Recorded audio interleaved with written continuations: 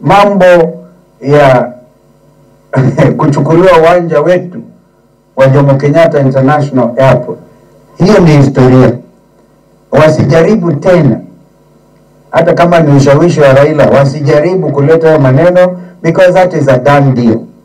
It will not happen.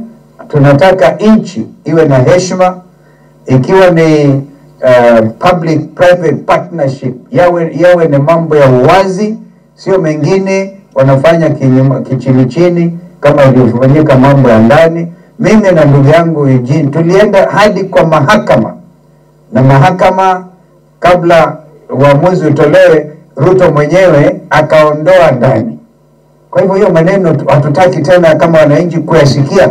There must be other viable investors who can come in and help grow our infrastructure on the basis of public-private partnership. Lakini sio watu ambao wameshtakiwa Marekani, huyo ndani akienda Marekani anawekwa korokoroni, alafu huko tunamkaribisha.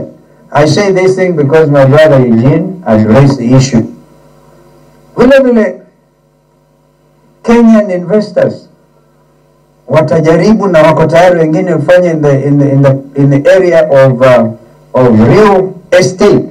Wakenya wana ujuzi na ujasiri mwingi, lakini kulazimishwa mambo ya affordable housing kwa nguvu. Mkamba anasema na kaka mwekea, unajua ikamwekea